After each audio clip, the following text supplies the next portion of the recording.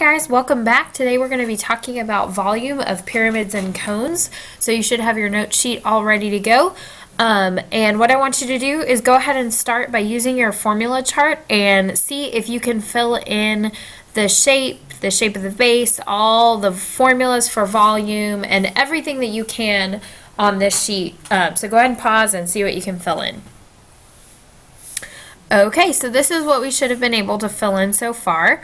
This first shape is a rectangular pyramid, which means that the shape of the base is a rectangle. The formula for the volume of a pyramid is volume equals 1/3 area of the base times the height of the prism, height of the pyramid. So you should have been able to fill in that big B is the area of the base, H is the height of the pyramid. Very similar for this one down here. This is a triangular pyramid, which means that the shape of the base is a triangle. The formula for the volume of a pyramid is still 1/3 area of the base times the height of the pyramid. Same thing over here. Big B still stands for area of the base, and H is the height of the pyramid. So let's go ahead and get started with this. Let's try an example. So what we need to know is that for this particular rectangular pyramid, we're going to fill in some of these values. This is 4 centimeters. This side is also 4 centimeters, so it's actually a square pyramid, which this gives us the area of all the information we need for the area of the base.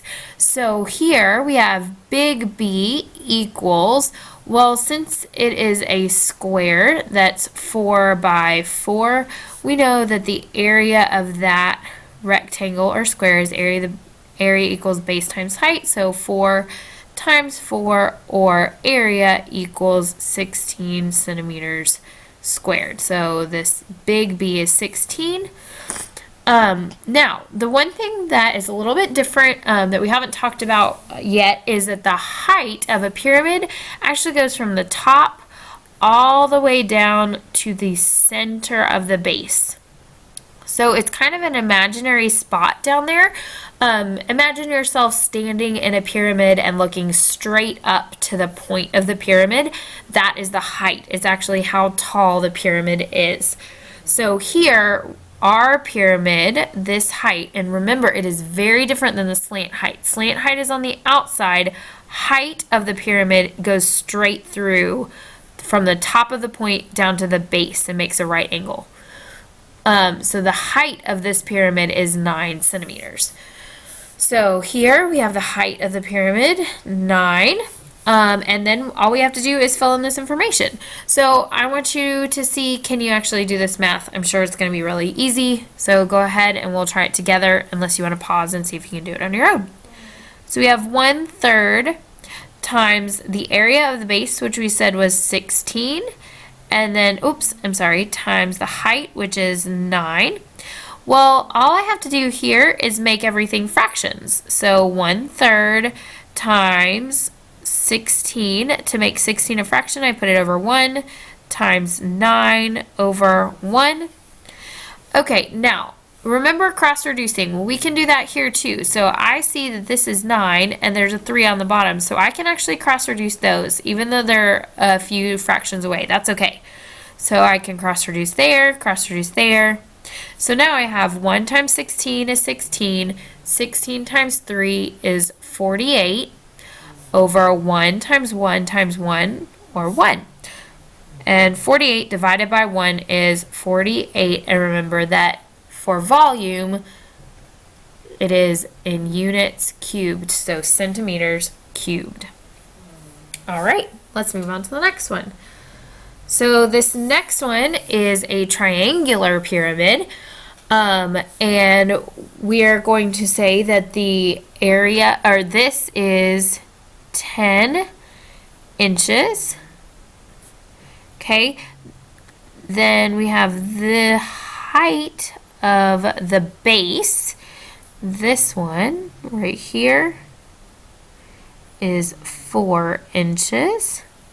And then the height of our pyramid, remember that goes straight from the top of the pyramid to the middle of the base. Draw that in there. That height is going to be 15 inches right there. Okay, now we can go ahead and find the area of our base because that's our big B. And if we were to redraw that, it is a triangle and the base is 10 and the height is 4. Okay, well, this is a triangle, so I'm going to use the formula area equals 1/2 base times height. Area equals 1/2 of 10 times 4. Well, I know that half of 10 is 5, so that is there. And then I still need to multiply times 4. So the area of this triangle is 20 inches squared. So big B is 20. And remember, the height of the pyramid goes from the tip top down to the center straight through it. So the height of our pyramid is 15 inches. And then it's just a matter of plugging in the numbers that we know. Volume equals 1/3. Area of the base was 20. And the height of the pyramid was 15. Okay, to multiply fractions, all I have to do is make them all fractions. So times 20 over 1 times 15 over 1.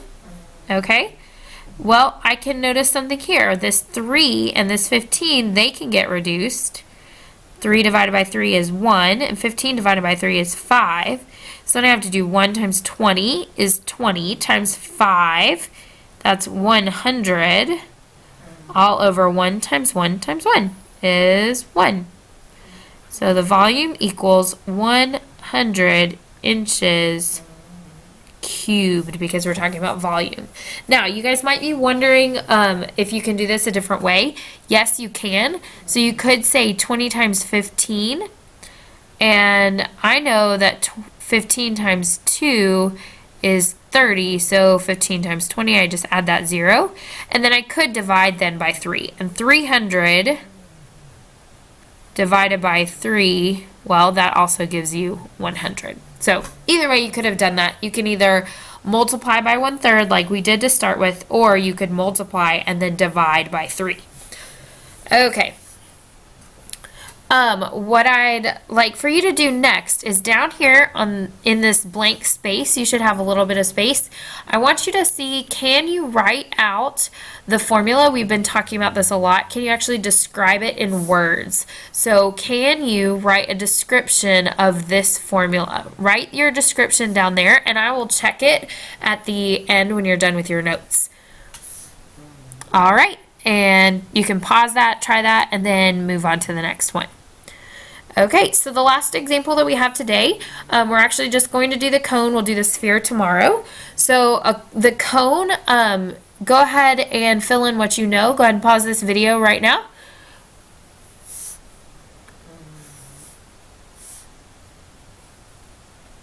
Okay, so you should have filled in that this is a cone. So the shape of the base is a circle. The formula is still volume equals 1/3 area of the base times the height of the cone. Big B still stands for the area of the base, and H still stands for the height of the whole shape, or in this case, the height of the cone. All right, well, what do we need to know? Well, the area of the base. Well, the shape of the base is a circle. So in order to find the area of a circle, I'll make that a big B for now, big B. I need to know something. I need to know pi r squared. So really, right here, the only thing I really need to know is what is my radius, okay? So in our case, we're going to say that the radius of this circle is 10 feet, okay? And this will make it nice and easy for us. So if the radius is 10 feet, that means I'm going to do 3.14 times 10 squared. Okay, well, that's 3.14 times 100, because 10 times 10 10 squared, 10 times 10 is 100. And then I know that I can just move that decimal place over twice to the right because I'm multiplying by 100. That's your little trick. Oops. So the area is 314 feet squared. So we're going to say 314. And then we also need to know the height of the cone. Well, also similar to our height of a pyramid, that goes straight from the tip all the way down to the center of that circle. Okay, and the height of our cone is 15 feet. All right, so we can fill that in here. The height of the cone is 15, which means all we have to do is plug in the numbers. 1/3 times the area of the base, or 314, times the height of the cone, 15. And then I can just make everything fractions. 1/3, 314 over 1 times 15 over 1. Well, I can notice here, 1, 5, 15 divided by 3 is 5, 3 divided by 3 is 1, and then I just multiply. All right, well, 1 times 314 is 314. 314 times 5, let's figure that out really quickly.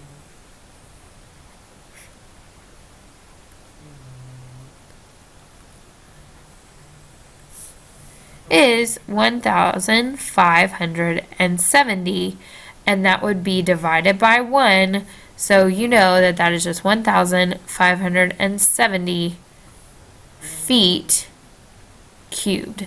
That is our volume. Okay, and that sums it up for our notes today. Make sure you get all of this information down. Make sure that you've written out exactly what the formula means on the other page, and then I'll come around and grade your notes, and you can go ahead and get started on the assignment for today. Hope you guys have had a great spring break, and let's get to work.